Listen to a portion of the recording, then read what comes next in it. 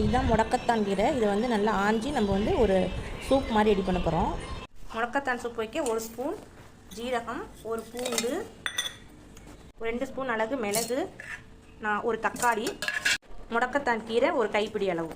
இது எல்லாத்தையும் குறப்பாக அரைச்சி எடுத்துக்கலாம். ஒரு புளியங்கொட்டை சைஸ் புளி போட்டுக்கலாம்.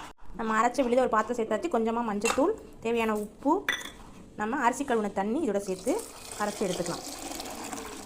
நல்லா இது மாதிரி திப்பியாக இது மாதிரி ஓட்டி எடுத்துக்கணும். இங்கே பாருங்கள், ஒரு கடாய் வச்சு 2 ஸ்பூன் நல்லெண்ணெய் ஊற்றிருக்கேன். கொஞ்சமாக கடுகு, உளுந்தம்பருப்பு, ஒரு வரமிளகாய் போட்டு பொரிய வச்சுக்கலாம். கொஞ்சமாக பெருங்காய பொடி சேர்த்துக்குவோம். நம்ம சூப்பில் இதை கலந்துக்கலாம். இப்போ அடுப்பில் வச்சு நல்லா கொதிக்க விட்டுக்கலாம். நம்மளோட முடக்கத்தான் ரசம் நல்லா ரெடி ஆகிடுச்சு. வாரத்தில் ஒரு நாள் இது மாதிரி ரெடி பண்ணி கொடுங்க. முழங்கால் வலி, கை கால் வலி வயசானவங்களுக்குலாம் இருக்கும். அவங்களுக்குலாம் இது ரொம்ப நல்ல ஒரு ரிலீஃப் தருவோம். இந்த வீடியோ பிடிச்சிருந்தா ஷேர் பண்ணுங்கள், லைக் பண்ணுங்கள், மறக்காமல் நம்மளோட சேனலை சப்ஸ்கிரைப் பண்ணுங்கள். செஞ்சு பார்த்துட்டு கமெண்ட் எப்படி வந்துச்சுன்னு சொல்லுங்கள். இந்த